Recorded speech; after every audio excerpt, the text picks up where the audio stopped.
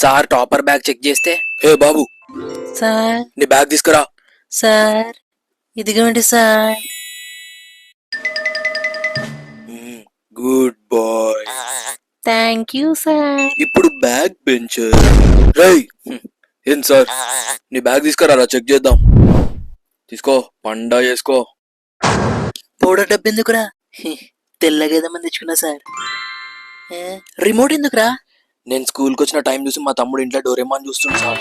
వాడు కూడా చూడొద్దు, నేను చూసినా అడుగురా. బా, అద్దము, దువ్వెన, కళ్ళద్దాలు, సెంటు బాటిల్ కూడా ఎందుకురా?